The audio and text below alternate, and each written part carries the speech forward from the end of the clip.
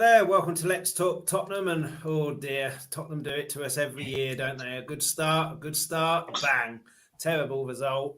And I was furious yesterday. I was on Eugene's channel yesterday, face like thunder. But now I'm a bit more happy. Well, not happy, but I'm more looking forward to the Chelsea game. Can we bounce back against them? Three wonderful guests, as usual, that I have. Brad, who's been on here before. How you doing, Brad? How doing? Good, thanks. I'm on holiday this week, so quite relaxed. Cool. And you're starting a YouTube channel, a music channel, aren't you? I hope to, yeah. This week I'm actually recording or video recording some songs, my own songs, and then once I've worked out how to edit and upload and do things like thumbnails and that, I'll be putting it on. So hopefully in the next 2 or 3 weeks. Excellent. And Adam's back again after a holiday. Hello. How are you doing? Yes, I'm good. Was also very grumpy on Saturday. A poor performance. Yeah.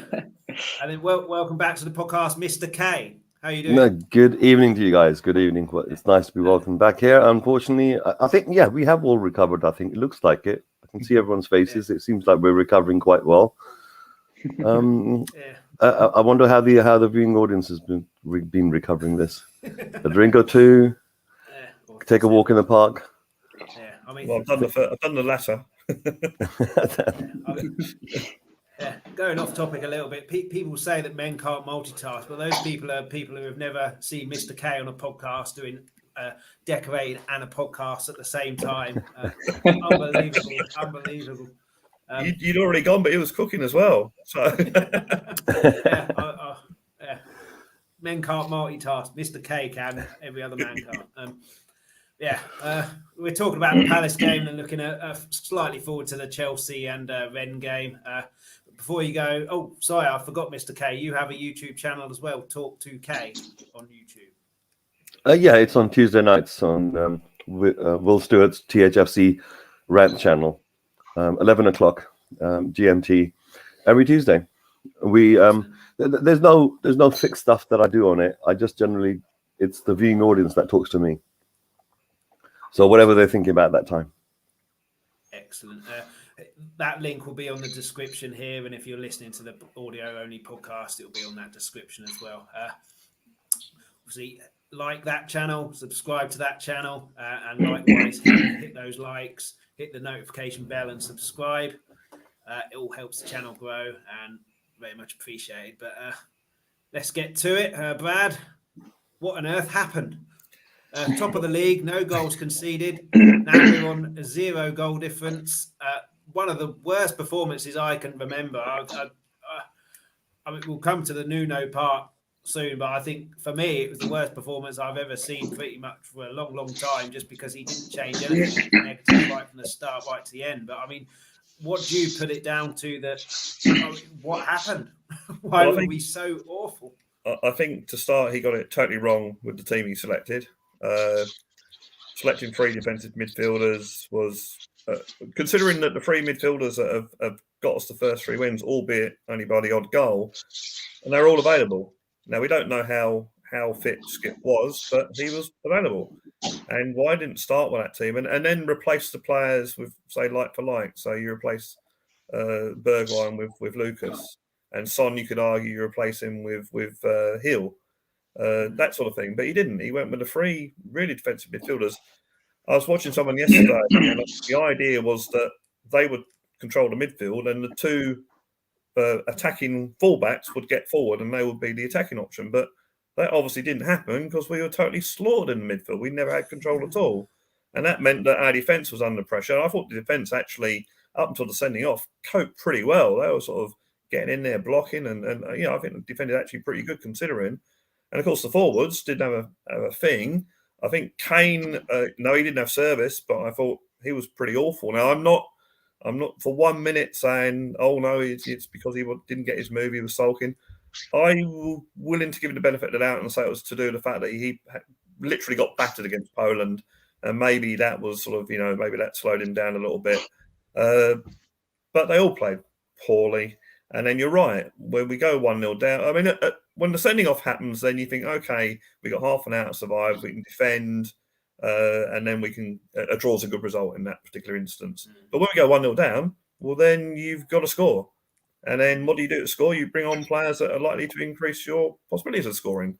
But he didn't make any changes at all. And it's beyond me, absolutely beyond me. But let's put it down to a blip. Let's hope it's that and I'll say we because we don't play the game, but let's hope that they learn from it and get it right starting with Rennes on Thursday, and then obviously a very big game, Chelsea on Sunday, which actually could be the right sort of game to play after that performance. Well, you mean that we're the underdogs there rather than our game we expected to win? No, I think totally. I'm still worried about it. Don't get me wrong. Chelsea are a damn good side, and if you offer me a draw now, I'd probably take it.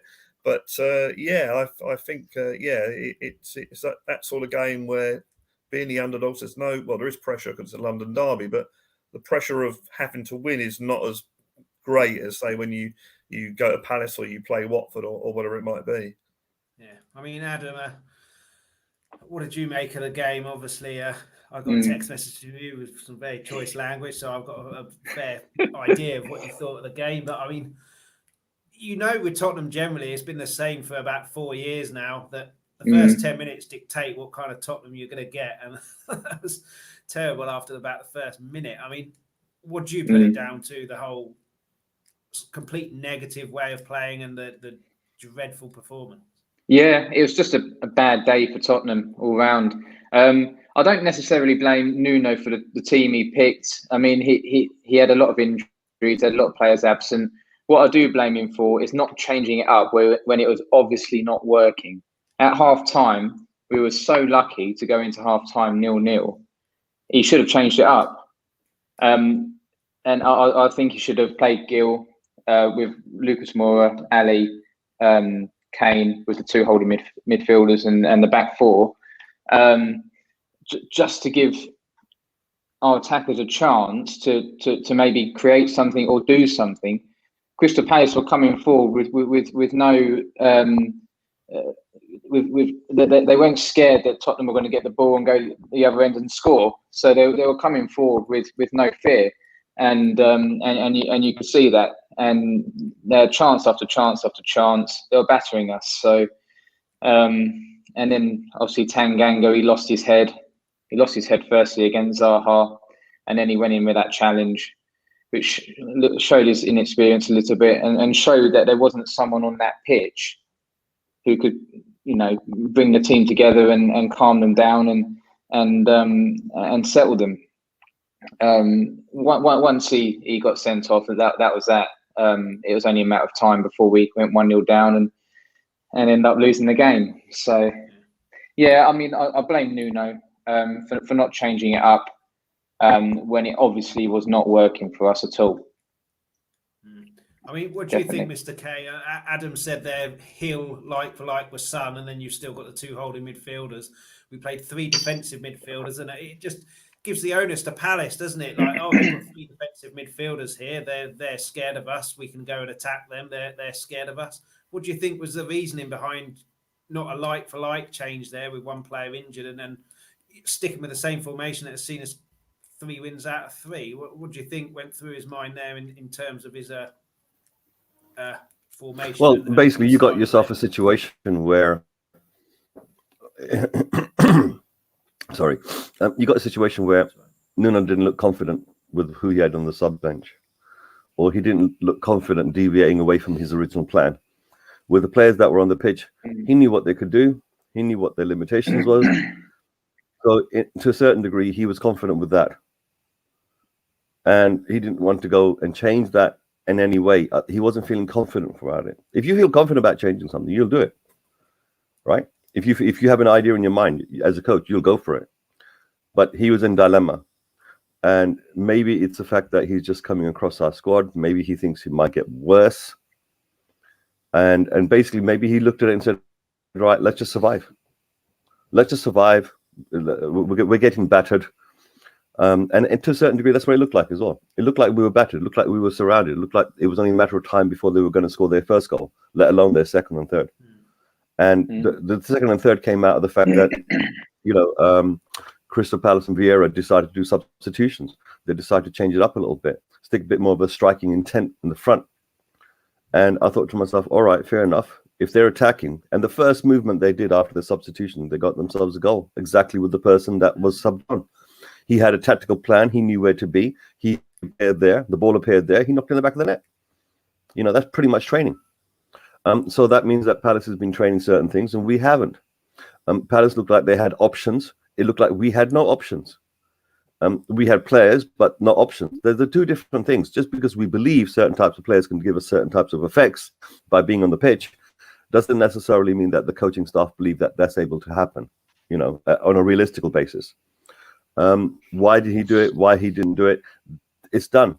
I felt in many times we needed to survive. Forget about winning. We just need to survive.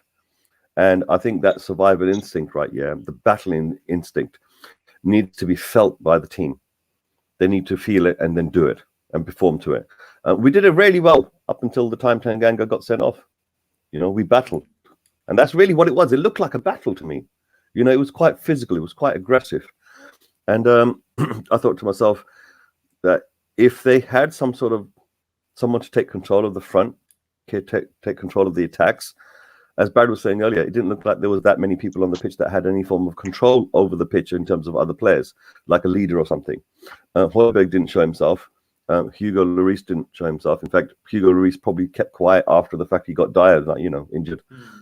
So the leaders on the pitch came, as Brad was saying, he probably got battered blue, right? Yeah, playing for England against Poland. I mean, this is another situation which I talk about all the time, which is the team.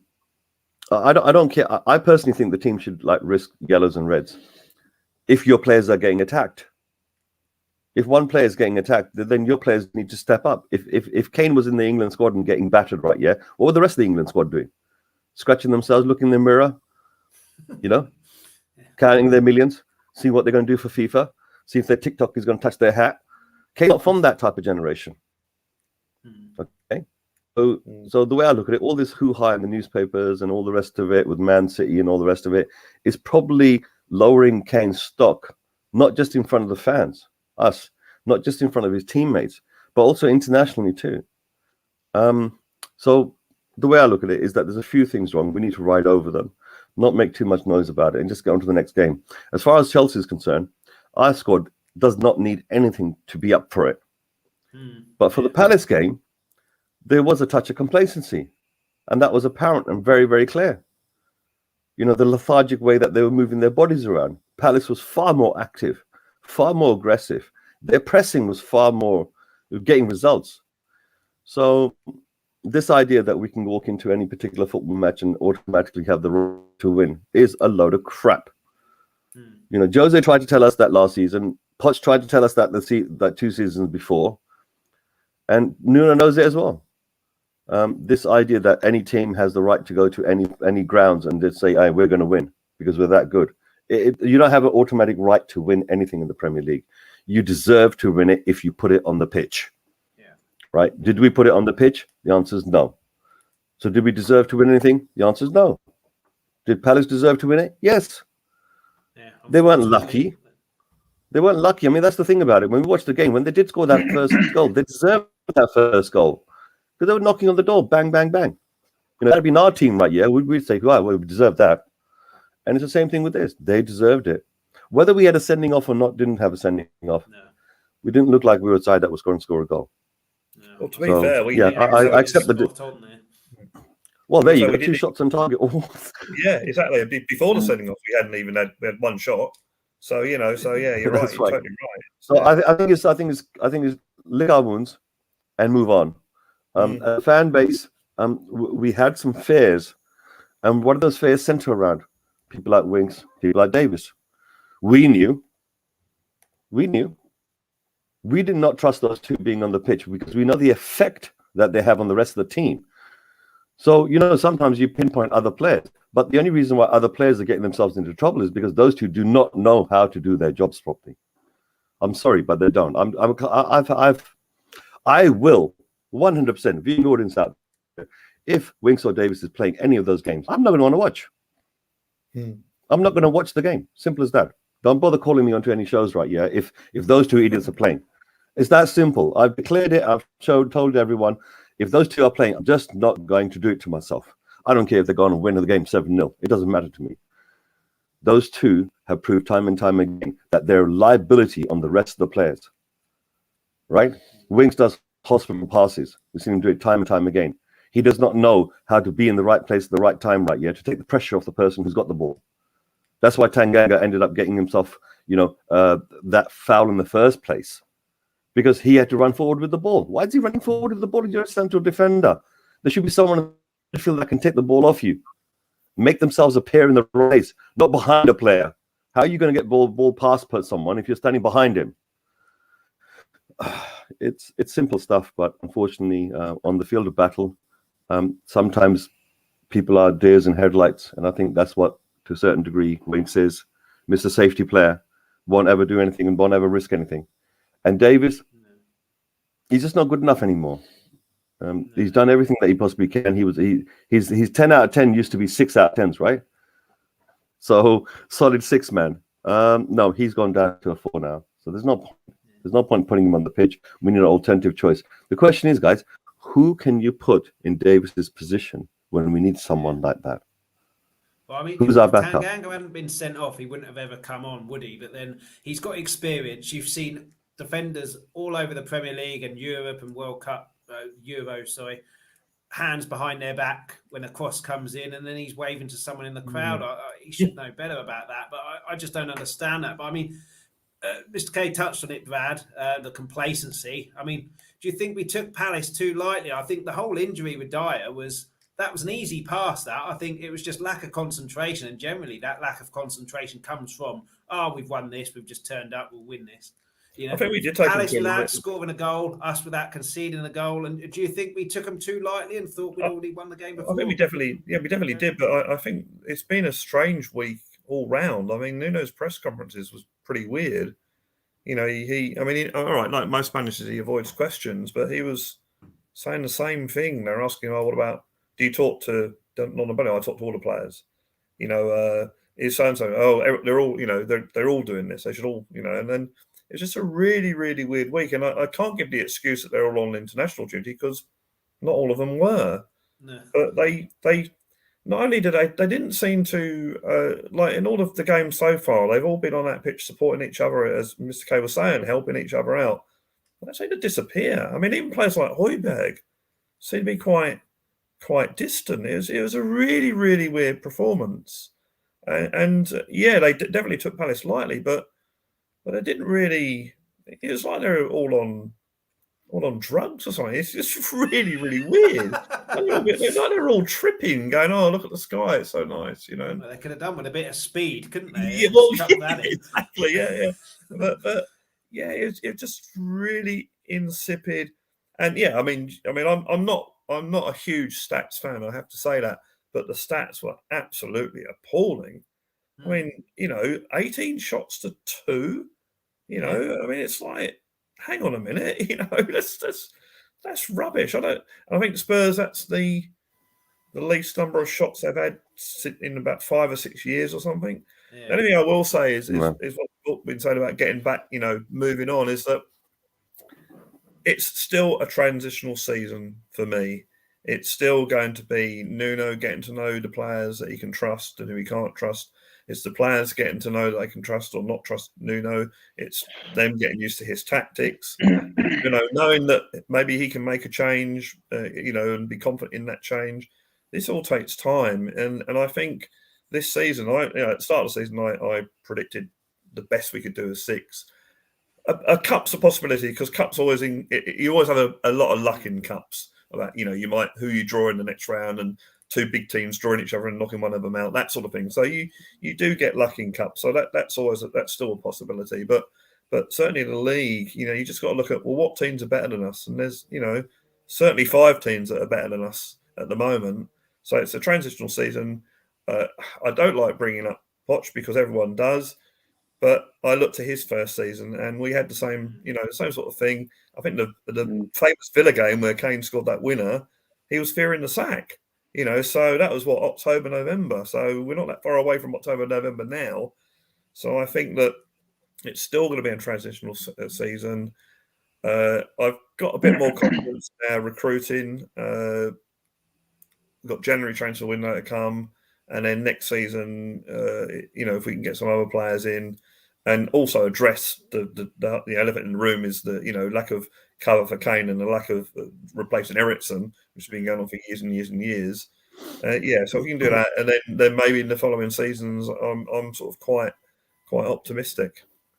I mean, he has only got a 2-year contract. It doesn't fill you with a huge amount of confidence where most managers get about 3 or 4. But I mean, we got a comment here, Born to Lose 73. Thanks for getting in touch. Adam, we play with a handbrake on and it's a hangover from the Jose era. We should be way braver, but perhaps we have to employ a safety-first approach because we simply don't have the right players. I mean, that links to what Mr. K was saying with Winks and Davies. I mean, do you think it's kind of a hangover from the Jose era and they're kind of so used to playing in that negative way and it's going to take a little bit of time? But, Nuno's not exactly like Sir Alex Ferguson, is he? Bomb forward and score more, or Kevin Keegan's will score more than you. I mean...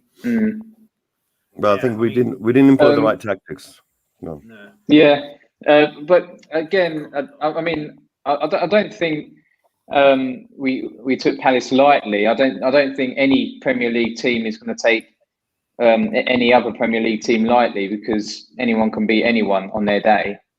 I just think Palace were better and they're more up for it. And the players we had on the pitch just weren't up for it, and it was just a bad day for Tottenham. I agree with Mr. K's analysis of Harry Winks. I don't think he's good enough. Whenever he got the ball, he would give it away, make bad decisions, and it just didn't help at all. We were sloppy in possession. I just think Palace were better than us on the day. They're more up for it, and it showed. Yeah, I mean, definitely. Mr. K, we've obviously got Dyer injured. I don't know when Romero and Sanchez will be coming back. They're isolating. We've got Son, Bergwijn potentially injured. And for me, that was the real big one. We'll come to that a bit. With no Son and Bergwijn, we seem to sap all of our energy out, certainly over defence. I mean, have we got an injury crisis going on, or being that the fact that Romero and Sanchez will be back, hopefully for it's Chelsea sort of like a game? semi-injury crisis, because if somebody's not available to be picked, they're normally injured or something, right? Or they're suspended. And pretty much that's the type of problem we've got right now, where half the players that we're looking at are injured and the other half, right, are suspended. So they're more or less in the same boat.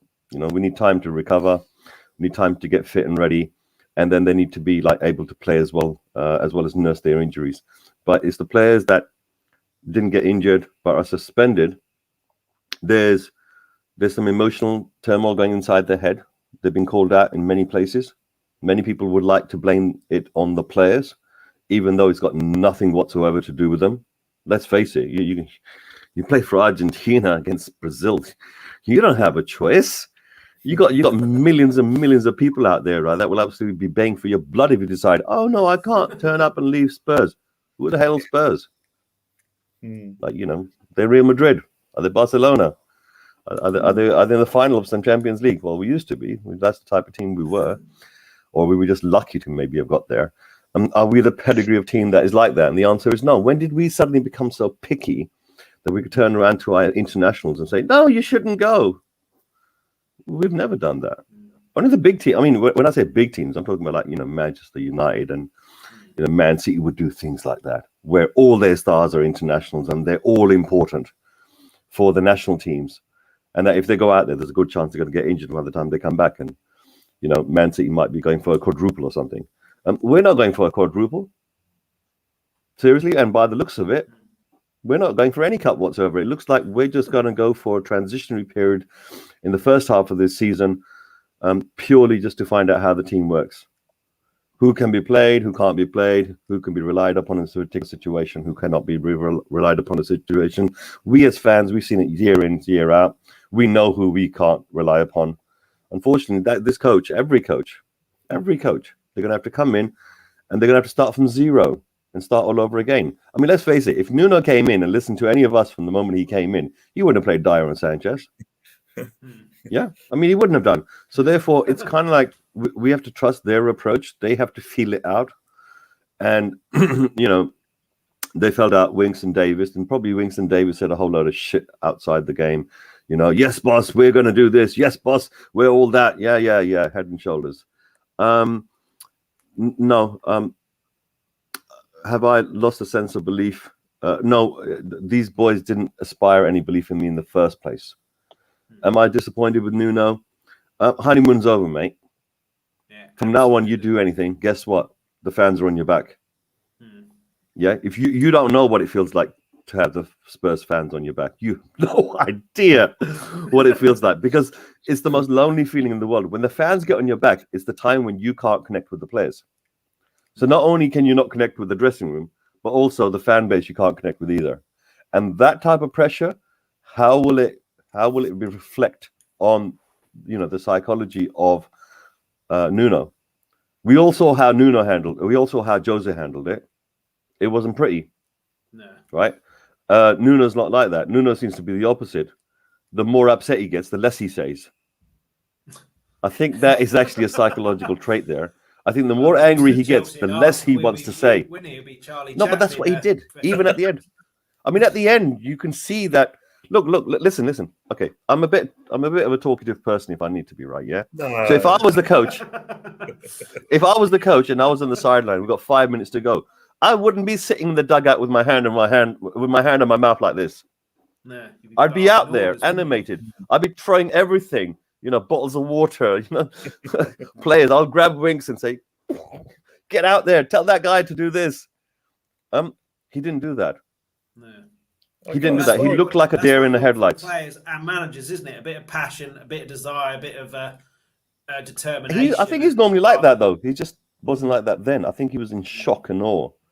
I got a story actually going back to Australian rules football, and that we had a coach at the team I used to support in Australia called Daryl Hicks, and we were getting thrashed one day, and Daryl Hicks just stood in front of the dugout, in front of everybody, so everyone's abusing him and having a go, and everyone's like, why is he standing there taking all this abuse? And he actually said after the game, he said he were playing so badly, he said, I had to give the fans something to vent their anger on. So I literally stood in front of them so they had something to vent their anger on.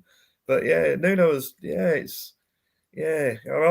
like you, Mr. Carby. He's like, come on, for God's sake, this is my job on the line here, sort of, I'd have run on the pitch and punched a couple of them. I don't think it's a job as such. Nuno promised us at the beginning two things. One is that he'd understood the motto of the club, right? Yeah. To dare is to do, which meant that he was trying to connect with the fans. The second thing he said we need to bring pride back. You want to bring pride. Why are you sticking Winks on the pitch? You want to talk about pride? Well, forget. I mean, Davis. Okay. Bless Davis. When he does go on the pitch, he does definitely look like he's trying. It just, it's like Welbeck to a certain degree. yeah, you're trying, but just please stop trying. You're just looking like an idiot. So whatever abilities that they had, whatever type of tricks that they could employ that could click together, that would enable them to be able to perform at Premier League level, the athletic part of that is no longer there anymore. So those so-called, tactics of being able to play in the Premier League, people like Davis can't use anymore. They just don't have the athletic nature anymore. He's half a yard too slow. When he's half a yard too slow, he's going to get there too slow. He's going to react in the wrong way. He's going to be desperate. He's going to do desperate things. You stick your hand out. That's pretty much what he did. Stuck his hand out. It's a desperate move. Yeah. If you're confident, right, and you know what you're doing, and you're physically, athletically able, you're going to have your hands behind your back, and you're going to be like a Tarzan saying, go on then, try to get past me. That's how you do it. You weave.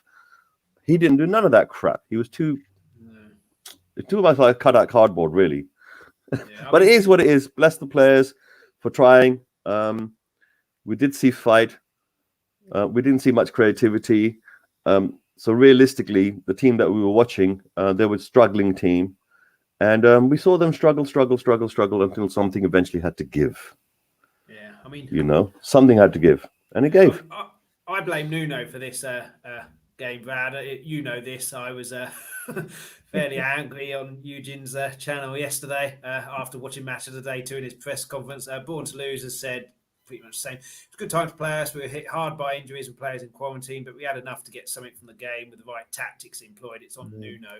So, I mean, Mr. K said there, he'll have the honeymoon is well and truly over. He'll have Spurs fans on his back. I mean, that it's over because of his errors after errors, and I'm not so upset about the team he picked because there's been 100 managers before, there'll be 100 managers since you make the wrong decision. It's about how you react to that, and I mean, half time is a perfect chance, wasn't it? Change it up and then say that half doesn't matter. It's 0-0. That doesn't matter. It's a 45-minute game now, and then fire them out that way. But what really, really irked me, and you know this because I said it yesterday, is after the game he said that we lacked creativity. He's made 2 subs in the whole game when you're allowed 3. They were all forced upon him. He's got Ndombele and Hill on the bench. Whether he doesn't trust them, like Mr. K says, you're 1-0 down, 2-0 down, a man down. You've got to change something. You can't just go and sit down and die like that and go out with a whimper. I mean, like Mr. K says, look, Spurs no, it's on also his back. Do you think his negative way of playing after what we saw with Mourinho last year isn't going to help him with that respect? He needs to attack us up a little bit, or he's going to get that kind of frustration, winning or losing. He needs to. Yeah, he needs to. I mean, the thing about Nuno is that I keep reading about how his Valencia team were attacking and took Serie A the Spanish league by storm, and stormed into the 4th or whatever it was. So he obviously has some sort of tactical ability, and he obviously can play attacking football. But that's why it makes Saturday more of a mystery. It's he from what I'm led to believe, he can change things tactically. Maybe it was just, I don't know, maybe he just had one of those weeks and, just as you say, deer in the headlights, didn't react. And, maybe, we all have bad days at work. We all have bad days doing stuff. And then we think, well, I can't do that again. And the following day we're back to normal. So, I mean, I still believe that he'll get it right. I'm not sort of a Nuno. I mean, it's crazy that Twitter had Nuno out on it on Saturday. That's just absolutely ludicrous.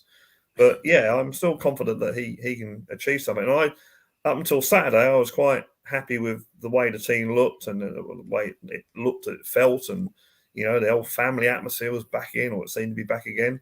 So in that respect, I've got no problems. It was just a really, really weird couple of days, and it culminated in Saturday. But I mean, obviously, he's not going to be watching Match of the Day or watching these podcasts or reading Twitter, so he's not going to.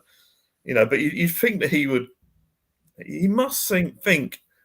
I mean, probably, maybe he realised in that press conference, maybe he felt, I made a real balls up with this one, but didn't want to say it. So I don't know. This is the problem that we've got in it, Brad. That is he making the same mistake that Jose made, which is that own up to your problems.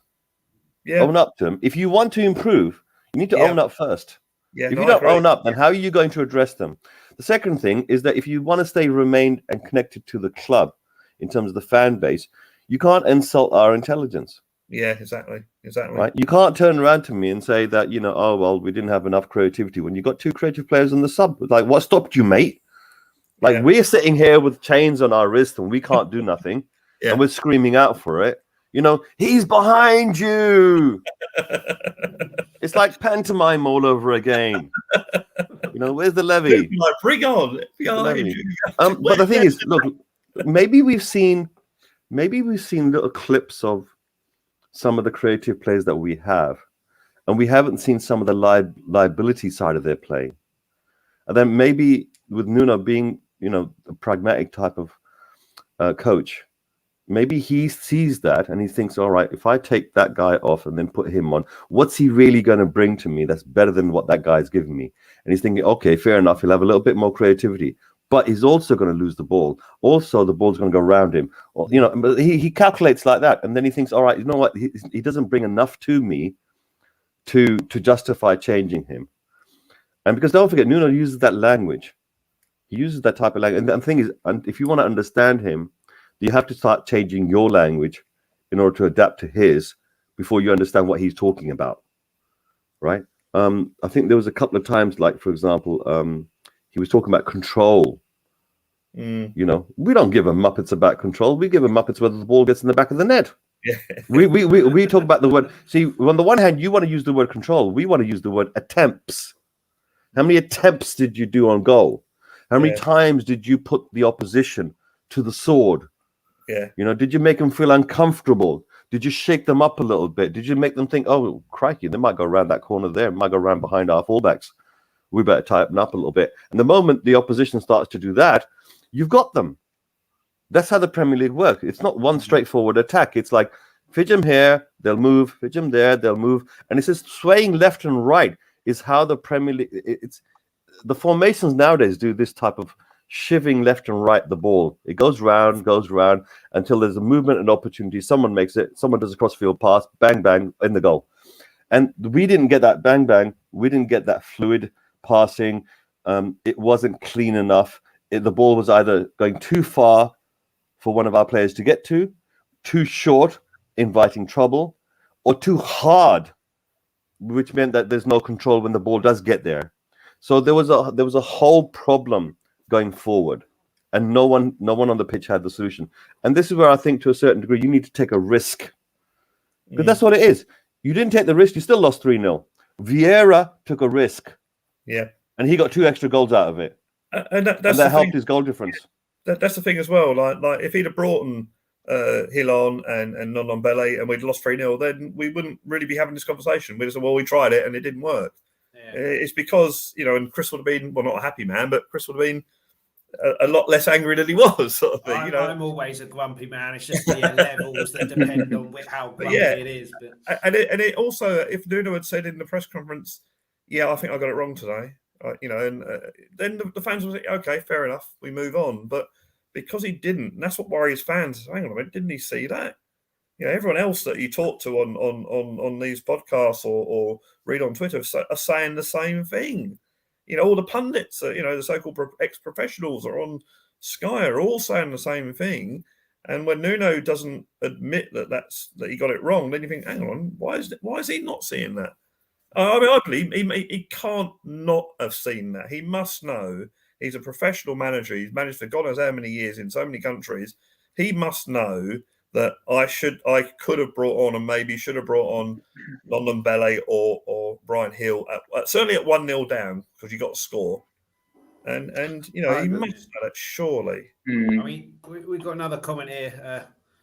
Sadly for Nuno, next 2 Prem games are the ones that Spurs fans want to see the players give everything and not dare lose or capitulate weakly. The pressure is now well and truly on. I mean, Adam, with what Vad and Mr. K have said there, with the pressures on him and the weird press conferences, I mean, do you think there'll be a change in mentality? Not mentality, but do you think it'll be go and attack a bit more? I mean, if we only have 2 shots on target again and Chelsea have 17, we're losing that game. Yeah. And the fans will not accept that, and certainly the way that we lose. And I mean, can you imagine in that Champions League semi-final against Ajax, if we'd have played like that in that second half, then we go and lose 2-0 or worse and just capitulate weakly? I mean, there's a way to lose matches.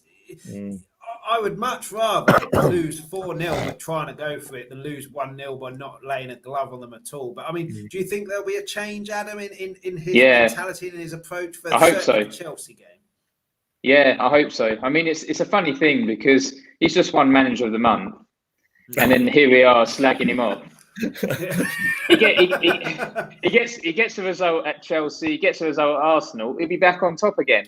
Yeah. And we'll be loving harsh him. League, man. So harsh league. Yeah, it's harsh, but it's no. I mean, it's obviously he had a bad day with the Crystal Palace game, but I do think we just need to move on from that and see how they react against Chelsea and against Arsenal. And obviously, if we get results against Chelsea and Arsenal, even if we get a draw against Chelsea and beat Arsenal, he'll be back on top, and we'll be loving him again. But it's just funny how one really bad game changes everything and changes people's perspective on Nuno. But I think he deserves a stick really for that game, because it was a disaster from every point of view. But I'm hoping that we don't see a repeat of that on Sunday. Put it that way. I mean, Mr. K, we got Ven first before Chelsea. It's away from home, so it would have been better if it was at home, because then some of the top players could have played that without the jet lag or travel. Do you think many of the first team players that will play against Chelsea will play in that game, or do you think it will be a kind of rest of the squad kind of game, and maybe one or two of the big hitters on the bench? I think we're gonna. It really depends. It really depends on the character of Nuno now.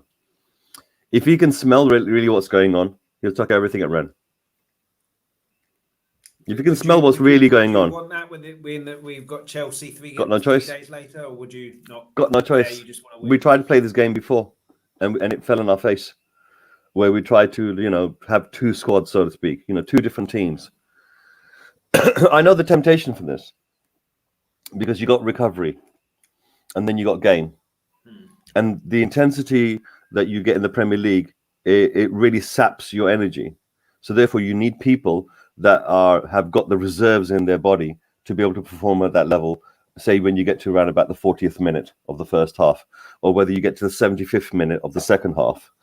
You need to have players that have got that reserve energy, and those are the two danger points. From 38 minutes to 45 minutes, from 75 minutes all the way to 90, these are the dangerous points. Why? Because fatigue sets in. The brain's not thinking as clearly then. Momentum can take over. Momentum is such a big thing. You could be a big top side with millions and millions of pounds worth of players, but if the opposition side has got momentum at any given moment, all of a sudden you're playing against a bunch of people. They're all acting like Messi. They're all acting like Cristiano Ronaldo. All of a sudden, everything they do is perfect. And that's what happens when you're chasing a game. That's what it feels like. It feels like everything's happening right for them, but not happening right for you. It's because they've gained the momentum. They've got the upper hand. There's a collective confidence in the whole team. And that's why I didn't like Winks and Davis being in the team, because whenever they're in the team, I don't see nothing collective amongst the team. The team doesn't come together as one unit. And I think that's one thing that we've all been pleased to see under Nuno in the previous three games, was that unity, the team acting together as one, attacking, defending as one, acting as one in the transitions as well, as if we've got a game plan or we're aggressive. We didn't see that the moment we had to make substitutions and Tanganga was off, we no longer had that unity anymore from the team. We as fans, we're never going to get an apology from this board. We're never going to get an apology from the manager.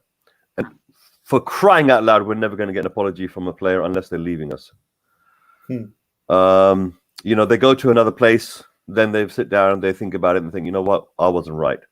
I can tell the fans I wasn't right. I made mistakes. We're not going to get. We'd like to get it now, but we're not going to, because unfortunately, the way the fan base is right, is like Brad said, like Adam said, there's Nuno out, right? Already chants on social media. So the way some people see it is, if they admit their mistakes, then it gives that type of thing more fuel, and I don't think that's the case, because I think Spurs isn't like that. I think we're a club that doesn't mind redemption, but we want to see it from the player. I mean, the classic example is Sissoko. When he came into the club, he did pretty much everything that he could possibly do wrong. He would look like he was two left pegs, but he stuck with it. He put his hand up and said, you know what, I'm not good enough at this particular moment. And it's nothing to do with anyone else, it's me. He then worked hard, struggled, and then the coach obviously is keeping him, giving him opportunities, gives him the opportunities. He then performs hard for us. And then he becomes endeared into our hearts, because we see him go from there, go to there without the arrogant attitude. Obviously, the fiasco of what happened in the last few months, right, is a fiasco. And I think once the fan base in about 6 months to a year realizes, they'll all realize that they were wrong to think in any way badly of Sissoko, because he genuinely was one of the good guys in our dressing room. I can clearly see the Winks and Davis effect. So I can see where some of the poisonous elements were that were creating disjointy. What it is, as players, you need to back each other up as professionals. But the problem is, if there's competition for places, then you're going to get some nasty ass characters that we seem to have in this club right who don't mind tripping someone over. Right? And I think to a certain degree, those type of naughty games is what divides the dressing room. So I think if we can get rid of, and the only reason why those type of things, if you're a professional, you're top of your game, you don't need to play no games whatsoever. You let your talking be done on the pitch. You let your talking be done on the training ground. Okay? But when you don't have that, when you think all of a sudden that you deserve this and you deserve that, that's where complacency comes in. And in the Premier League, there is no deserve. Every week you have to work it. Every week you work hard, you're a hero. If you don't work hard for 1 week, just 1 week, all of a sudden you go from hero to zero. It's very simple in the Premier League, right? There's no hiding. It's like a fire. You're doing a baptism of fire. That's why we love those players that are pure, that they've put it through and you can see them go through the fire. And even if they've got accusations against them, you can see them riding over it. The Cinderellas of this world, they're waiting for their magic frog to come along, right? And I think Winks' magic frog jumped into a taxi. I think Winks needs to get into the back of that taxi, and I think they all need to set off into the sunset, romantically ever after. I think that can happen. The fan base can calm down a bit. But if not, then the fan base is going to look for something to vent his anger out onto. And Winks does not present himself enough of a case for them to get anger, because there's still bare people out there that seem to love his hairstyle still. And they'll carry on defending him. I personally think that basically he must be some sort of secret Levy love child. And behind the scenes, the media has been manipulated to give him a nice look all the time.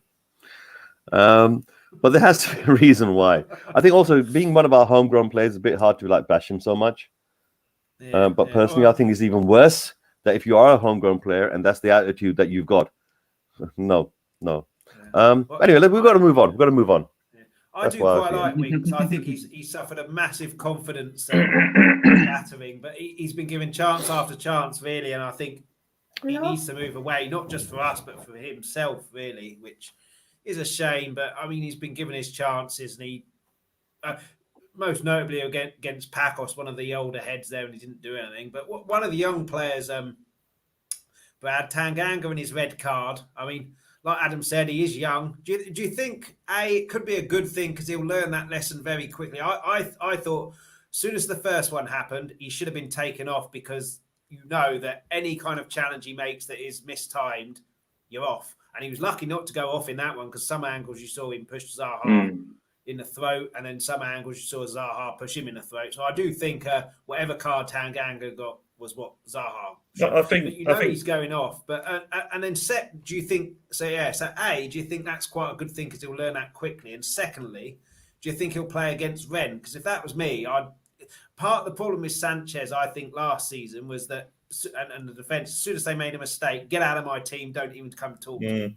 So do you think, being that he's young, he's made a mistake, you're still my guy? I mean, you don't have to say words because you can't play against Chelsea, but do you think it will show a bit of confidence for him? I was watching Alistair Gold yesterday, as maybe we have as well, and he said he had an interview with Tanganga last season, and he said he's the most placid person you'll ever meet, and he said to see him like that was like, whoa.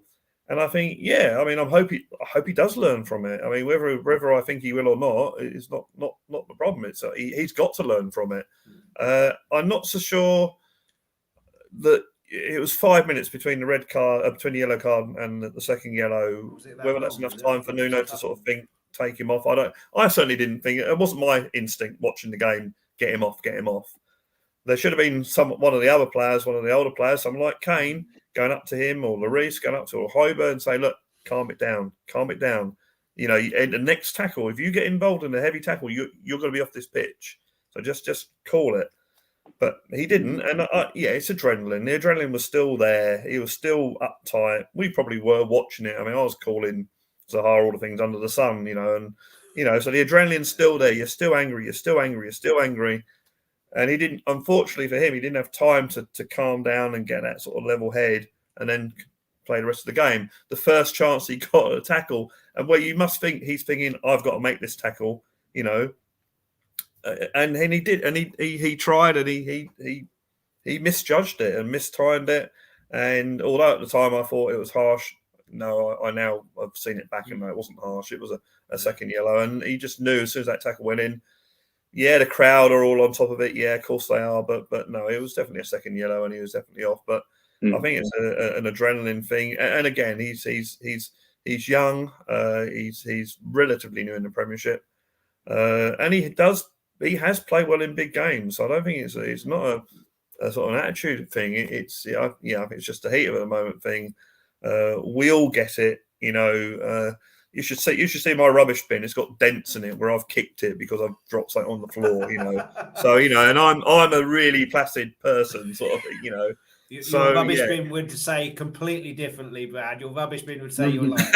Exactly. Yeah, exactly. It's like, oh, Matthew sees the red mist again, sort of. But yeah, I can react like that. Not against people, I have to say, but against inanimate objects that don't fight back. Yeah, I can. But yeah, so that anger was there, the red mist, and unfortunately, the first chance he had to do a tackle was very shortly after the first incident. And and then the rest is history. But I'd certainly play him against Rennes, and I certainly wouldn't say you're out of my team now because you did that. You can't really, you couldn't possibly say he lost the game for Tottenham because it was just one of the many things that happened that day. Apart from the fact that we played rubbish, but the Dyer being injured and that sort of thing, and Davis. Actually, Davis was waving at the linesman because if you notice, the linesman waved right back at him. So that explains the penalty. So, but I would play him against Rennes. I mean, he's obviously suspended against Chelsea. I think because it's just 2 yellows, it's only one game, isn't it? So you have to play him against Rennes. Yeah, and I guess you'd have to play Rodon.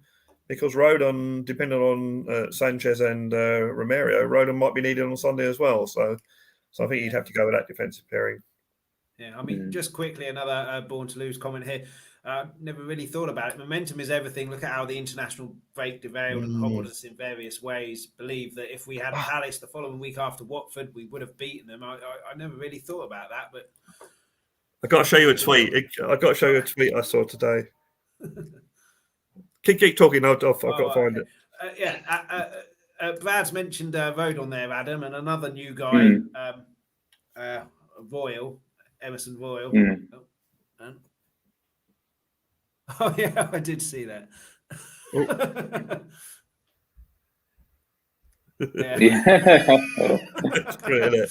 Yeah, I mean, so true.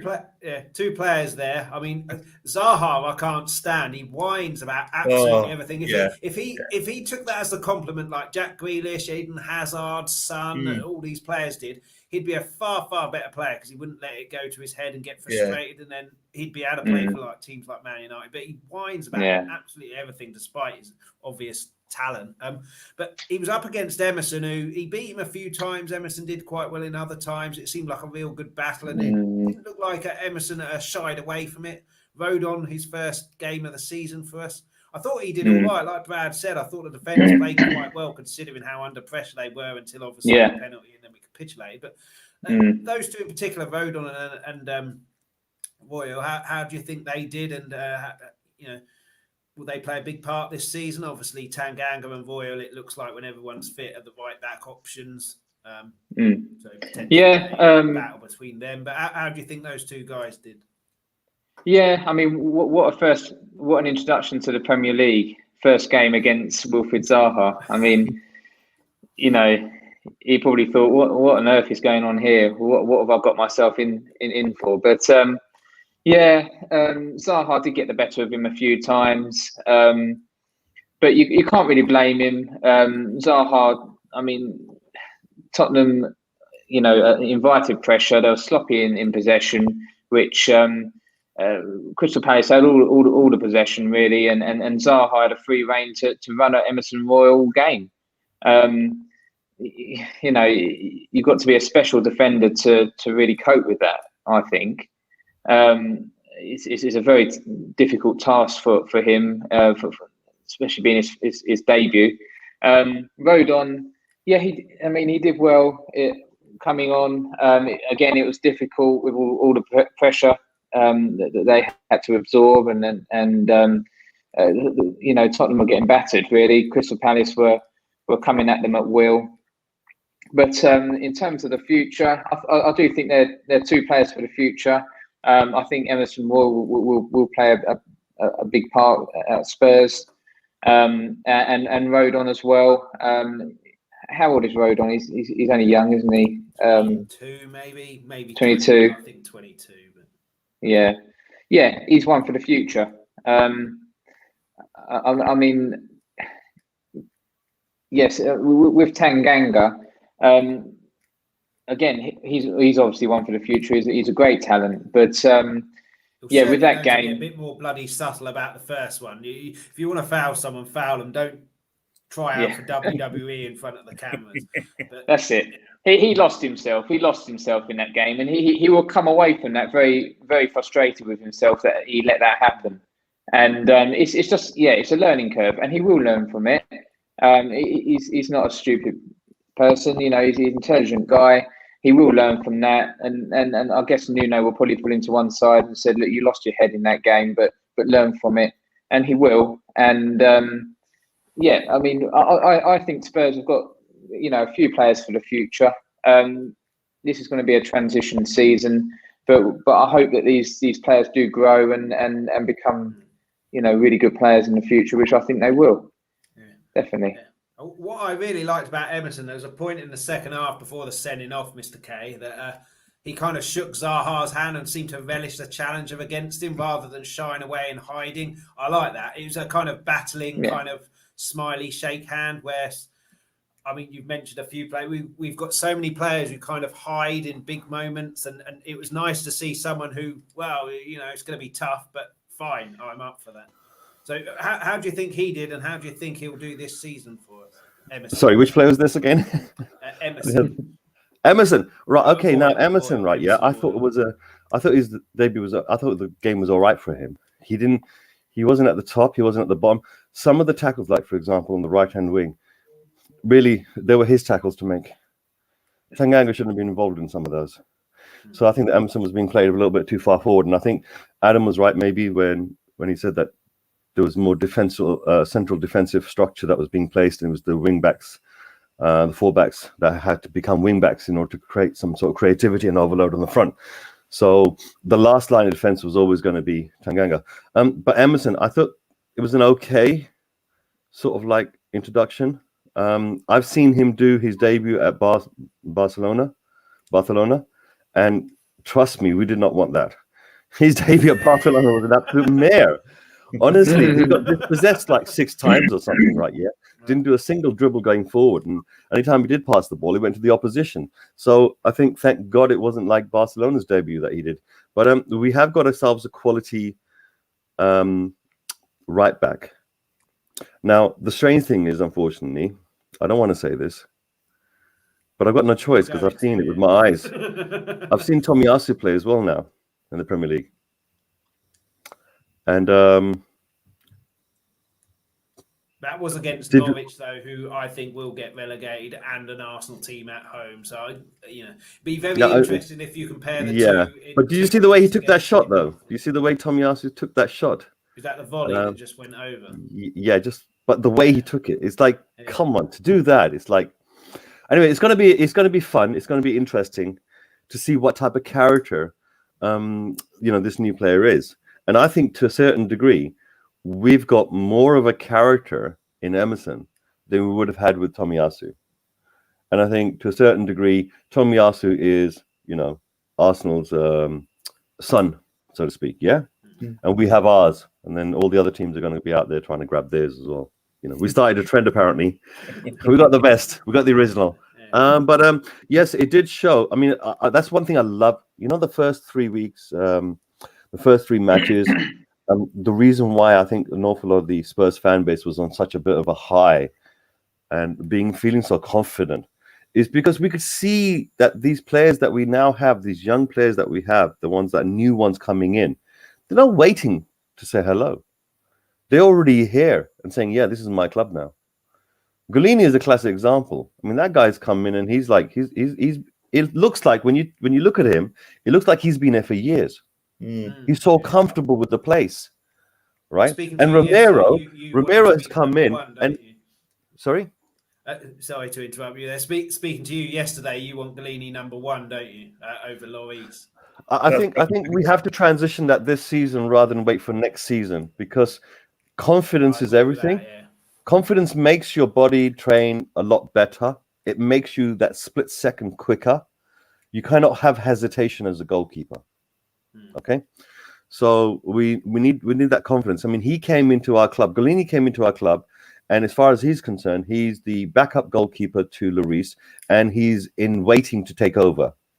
The problem is, it's been 2-3 months since he came here, or rather 1 month, 2 months he's been here. And then Levy does the classic trick of trying to entice Hugo right here to extend his contract. Now, if you extend Hugo's contract, then the sign you're sending back towards Golini is, well, mate, you might be thinking about after Christmas becoming our number one. Well, you may have to wait maybe a year, season and a half. And the problem is, like I've said this a few times, the way Levy does business sometimes, the way the board does business, they destroy the players' feeling that they are something that can become something. They give it to them at the beginning. Once you've signed on the dotted line, after that, we're going to start treating you like shit. Because that's all we wanted. We just wanted your signature. We wanted that power. Forget that little agreement we had in the bathroom, that gentleman's agreement. It doesn't exist. No gentleman here. But no, it is a positive feeling. You're starting to see people like Gil, for example, right? Yeah, I mean, he's not held back, has he? That boy has come in and he started showing all of us. He's not been shy about anything. He's not been shy about calling for the ball. He's been quite animated. And that's what we all love about it. Now we want to see him get a few results on the pitch so we can all endear him to the club. He's going to become one of... Look, I'm telling you straight, Golini, Romero, and Gil are going to become 3 of the most popular players for Spurs in 5 years. Watch, in 5 years, you're going to look back and you say, wow, man, these 3, like the way Dele Alli, the way Kane, the way Dyer, they came and they formed themselves a central core of a team in our club. And I think that we've now got the makings of a new core coming in. And, I'm hoping the people like Emerson and Lo Celso will join that along with Mora. So there seems to be a contingency of players coming together. And it's quite a lovely feeling that in the middle of this, you've got people like Dane Scarlett. You've got people like, for example, Skips. The youth, and then you got Tanganga. You got our own homegrown players in there, as well as slightly semi-old legacy and new legacy coming in. And it's encapsulating around our core homegrown players, which will never, ever let the whole team forget, when we're doing a derby, when something's important, when we need to back the manager, when we need to back the club. They have a pulse on there because they've grown up here and they can relay that into the rest of the dressing room. So I'm very, very positive. Honestly, I know this result is absolute dog shit. Yeah. I would say dire shit, but unfortunately, Dyer. I couldn't believe we wanted Dyer to come back. I mean, look, a viewing audience out there, and yourselves included. We're devastated. This is a lesson to us. This is a lesson to us. Never write a player off that's willing to put it all out on the line on the pitch. Right? So even Davis, for example, right? Yeah. I don't want to write him off completely. Winks, the reason why I didn't jump about it too much before was because I was thinking that maybe that Nuno might have the Nuno effect on Winks. Unfortunately, no, that's not going to happen. It's best just not even to go there. Yes. Look, guys, I thought it was a fantastic beginning of the season. I think this is a reminder that we haven't solved all our problems yet. Yeah, I mean, Brad, Mr. K mentioned Hill there. I can't believe he didn't start, being that Son and Bergwijn were injured. It seemed to sap all our energy. And someone like that who's quick and wanting to get the ball and run at people would have at least given us some energy. I thought Lucas did what he could and he had a couple of moments, but he can't do that all himself. But I mean, I'm quite worried if Son and Bergwijn are out injured for a fair amount of time. I mean, we don't have any energy and certainly no goal threat. So, I mean, Mr. K said there he wants Golini, the number one, and Hill will become a popular player. Do you think Hill will get some chances in the Premier League, or do you think it's, if we don't start playing well and create chances, then it's going to be more luck than judgment? Or do you think Nuno will give him some chances and then it's up to him to take it? I hope he does get a chance, because I think it comes down to Paratici, or how he said his name, that he's been entrusted in bringing in players that he thinks can fit in, as Mr. K was saying, and can fit in with the team and hit the ground running, so to speak. And to be fair, when we signed Hill for a lot of money, when you think of it, it was 25 million plus Lamella. So, that's a fair bit. And that was a signing that came out of the blue. No one really heard of him. I certainly didn't know much about him. So, yeah, I hope he does get a chance. I think if he'd have played on Saturday, then Palace certainly wouldn't have known a lot about him. Well, you wouldn't have thought so, unless there is some, guy who looks into all the stats and all the players. I think going back to the collectiveness and everyone sort of protecting each other, we really missed Stephen Bergwijn on Saturday on that right-hand side. I think he would have given he would have given some protection to Emerson, I think, by tracking back. And you wouldn't have had just Emerson fighting Zaha on his own, which it seemed at the time. I think you'd have had Bergwijn would have been in there. Much the same way as you saw Bergwijn and Tanganga and that when Tanganga was playing right back get into Grealish and Sterling. But getting back to your question, yeah, I think Brian Hill, he certainly looked okay when I've seen him, admittedly against the fifth best team in Portugal. But you don't know until you try him. So I mean, he's played in Olympic finals. He's played in for the Spanish under-20. I think he was a captain of the Spanish under-21 team. He's been in international squads and that. So he's obviously got some sort of pedigree. So, and I do like the way he moves the ball on quickly as well, which we were very, very ponderous on Saturday. And whenever I've seen Brian Hill played, he gets the ball and he moves it on pretty quickly. So you can have that sort of quick attacking moment. So, yeah, I do hope he plays. But I think getting back to what Mr. K was saying about these players coming in and settling in straight away, I think we have to give a lot of credit to Paratici on that he's actually brought that into his recruiting as well.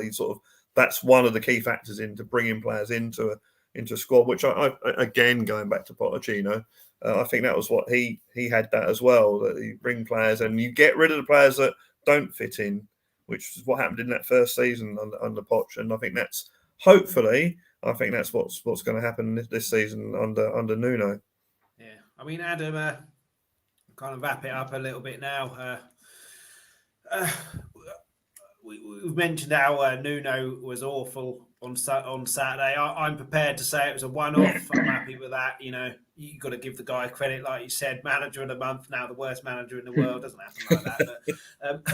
But Chelsea, we got then, but ignoring that for the second, Chelsea at the weekend.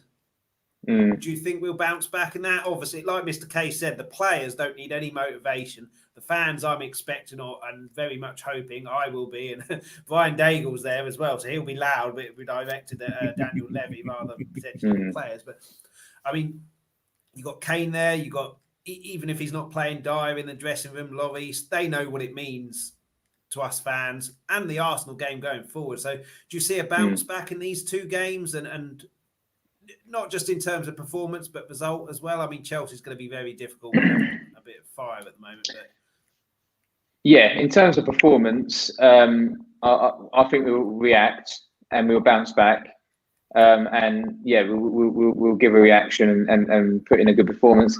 I want to see a similar performance than we did against Man City, where everyone put their bodies on the line and everyone was playing well and helping each other out as a team, and they isolated the Man City players. Grealish, Sterling, they didn't get a look in, and that's what we've got to do with these Chelsea players. We've got to get in their faces. We've got to stop them playing. We've got to close them down quickly. We've just got to be energetic the whole game and stop them playing and frustrate them, really. And that's what I hope we're going to do. If we let Chelsea play, we're going to get battered. We'll get battered, especially with Lukaku at the moment. He's so sharp. It'll be 3 or 4-0. We've got to play similar than we did against Man City the first game of the season. Yeah, I mean, definitely. Mr. K, how do you think will we bounce back against Chelsea and impose a lot more of our will on the game than we did against Palace? Be a lot more aggressive and press. I mean, there was no pressing at all against Palace. If you do that against Chelsea, like Adam says, we're going to be in for a very long afternoon. So do you see us bouncing back and being a lot more in your face and a lot more competitive in that game? I think there generally is a bounce back when it comes to situations like this because we weren't a full squad. You know, Kane looked a bit battered and bruised, as Brad was saying. Sonny wasn't on the pitch. Some of our class act players have not been able to make it into the squad because of one reason or another, injury or suspension. So realistically, what we saw was a performance that wasn't our best because it was never meant to be our best. We're going to see people that are going to have to raise their game in that particular game and end up getting themselves yellow and red cards, which is exactly what we saw. We then had to rely upon certain characters that we did not want to rely upon. So yes, the game against Chelsea, I believe, is going to be totally different. Hopefully Nuno's got more options available to him. He doesn't have to rely upon the players that even he knows they're not good enough. Because let's face it, if he thought they were good enough, he would be playing them a lot more. Okay? Yeah. See, I mean, when Ryan Mason came in, straight away, you know, there's certain players that became a feature of the team itself straight away. You know, regardless of her performances that we saw them do before. I don't think Nuno's like that. He hasn't shown it so far until just recently. And the two defeats that he's had, there's been certain players he's played together as a combination. And both times there's been a capitulation and a defeat. So I think for a fact, Nuno is not that dumb, right? Yeah. To totally ignore that. His ego is not that big that he's going to overcome that in some fashion. So I believe that we're going to give the fight to Chelsea. We don't need to do it because we've got the players already in the squad that have already had a battle on the bridge. Yeah. Okay? So we've broken the back of that. You know this thing about us being nice boys, right? Yeah? We've gone past that a few times now. Oh, thank you. Sorry. See that I'm not feeling so great today. So the kids have been like, you know, giving me loads of juice and things like that. I appreciate you coming on when you don't feel. So but it's a pleasure. But no, I believe the only issue I've got is what's the team they're going to play with against Rennes? Because I know against Chelsea we have to play absolutely everyone that's strong enough. But the question is what we're going to do against Rennes. At the beginning of the season, we wanted to take the Conference League a little bit more seriously. Maybe look at it as an opportunity to get some sort of silverware. It's not the pressure that we had of the Europa Cup, where you do need to be on your game. There are going to be some teams dropping down from the Champions League, you know, things like that. So we can understand where that gets a bit tricky. But with this one, I can't see any team that should beat us. But then again, they have. So technically, this is the league. This is the competition, which probably is going to fill me with the most amount of like. Well, you know, if we end up being kicked out of it, it's a humiliation. But then it'll make our life so much easier for the league. No, seriously. I mean, Nuno won't be in that situation anymore where he's going to have to play certain players in different times and then mess up both of them. Well, the idea was to play the second team, wasn't it? And the idea was to play the second team in the Conference League so you can save your first team players. But we don't have a second team, though. Yeah, exactly. That has worked out. I mean, we all thought that they should. I think last season, when we started the season, it looked like we had a fantastic bench. And because we saw the bench, we said, hold on, these are the hallmarks of a team that's going for a title push. You know, Galactico's coming back. So if you look at what's happening with Manchester United, it looks like Ollie's taking this season really seriously. The Glazers have been put under the cosh and they're trying to respond. And so far, they responded quite well. Now, in terms of our position, you know, are we trying to win the league? Yeah, only when I'm dreaming. Are we going to win a cup? Well, we could. Any team, anytime, any season can go on something called a club run. As Born to Lose says, momentum is everything. And sometimes you have momentum within a game, and sometimes you have momentum within a season. Like Leicester had a momentum within the season. Some of the games they won, they should not normally have won. But they had the momentum on their side, as if they were champions and rolling over teams, you know? I think that's what we need to generate right now. So as much as we've had our shock and awe, we need to get over this doom and gloom feeling and despair. That's not a healthy feeling, and we need to get away from those type of things, those type of feelings that creep in. Because when they creep in, they make the fan base do weird things like Nuno out. That's despair, isn't it? That's giving up. Or that's not giving the man the opportunity in the first place, and all you've been doing is holding your breath. I believe that this journey needs to be enjoyed by everyone, and you don't make the mistake that I made of counting your chickens before they hatched. Well, I've done that this season. Well, I didn't kind of do it this season. We're never top of the league, so we were for 2 weeks, so I was happy about it. But last season, when we were top in November, I was planning bus parades and all sorts of stuff. So I didn't make that mistake again. But I mean, Brad, do you think it could be a kind of blessing in disguise that we've been humbled, for lack of a better word, and we weren't at the races. We've got to be at the races against Chelsea, and it will fire the team up, and then we'll show controlled aggression, not Dwayne Johnson aggression, and then we'll kind of be a bit more united, as it were. Because control be a blessing in disguise, and we see a reaction against Chelsea. Control. I mean, it was a film about Ian Curtis and Joy Division, but that's another story. I think that they always say that it's how you react to bad results. And, Chelsea at home, you can't get any more sort of game to prove that. And I think that, I think we'll react if we can react. And even, obviously, I'd love a win, be pleased with a draw. But even if we were to lose, say, 1-0, but really put in and their keeper played a blinder or whatever, or their goal was offside or whatever it might be. You're worried it's going to finish 5-1. Well, that'd be disaster. That would be disaster. But I think I think that they've got to, and I'm still hopeful for this season. Not so much we're going to win top 4 or win the league, but that we'll have a decent season, have a few cup runs. It's such a shame, really, that the game that we're playing on Thursday is probably the most difficult game in the whole of the league that we're in. So I think really we should really walk that. I personally would probably play a sort of a second team, but have the big guns on the bench and just see how it goes. And if at half time it's not going well, then we can bring on our big guns, get the points or whatever it might be, and then go from there. But we'll have to. We just have to hope that that it's a blip. And what was I say about something making you stronger? But just hope that's true. And it doesn't kill you, makes you stronger. That's it. Yeah. And then just show them the Battle of the Bridge videos for every day up to the game. That must make Levy a Superman by now. I have to go actually because I've got. Well, we're pretty much wrapped up anyway. We can't talk too much about Chelsea because then my stream on Friday is pointless.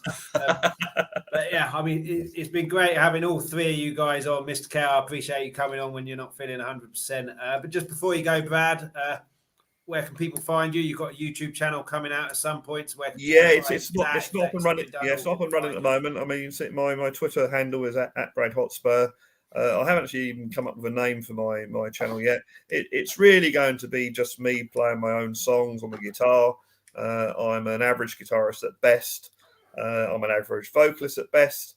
I think the songs are reasonable. I think lyrics are reasonable. I think they're all right. I like them. So it's just me just putting my stuff out on on YouTube, and people can have a look at it. And if they like it, great. If not, don't be too hard on me, please. Maybe you could tell a song and a story. Yeah. Do a song about once there was a levee, and the levee was dry. Well, yeah, exactly, yeah. Mr. K, you've got Talk 2K, your stream. It's on Will Stewart's YouTube channel. Yeah, the Will Stewart's THFC Rants channel. I mean, that channel was specifically designed for people like me that needed therapy, that need to rant and rave and get the stuff out of their system somewhere. And that's basically what Will Stewart's THFC Rants channel was. And once I'd overcome that initial sort of rage and got it out of my system, I decided, what should I do next? And I thought, you know what, let me run a show on there. Originally it was Three Wise Men on Tuesday night. Then it became Talk to K. It's very difficult to try to get other people on regularly together over the internet on a given time and a given date on a regular basis. So I thought, let me simplify the formula, call it Talk to K.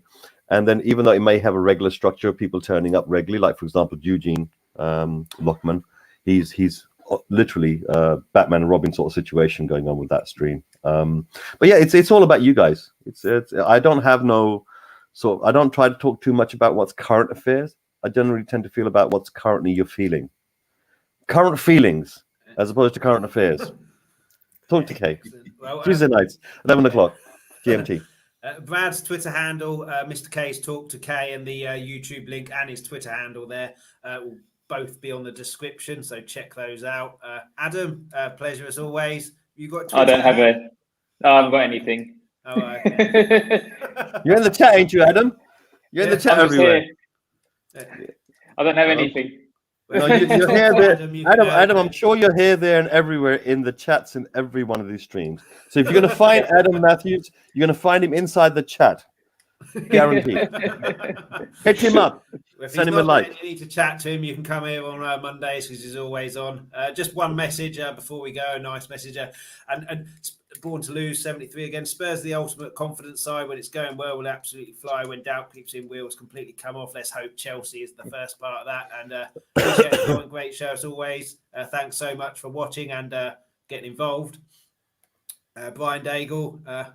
Brian's back in the UK. Hopefully seeing him at the ground along with a few others. And I'll be hearing Brian, I think, pretty much all the way through, shouting at Levy. Make for a good atmosphere. But yeah, we're about out of time now. Can't talk too much about Chelsea, otherwise it basically invalidates the stream that I've got on Friday.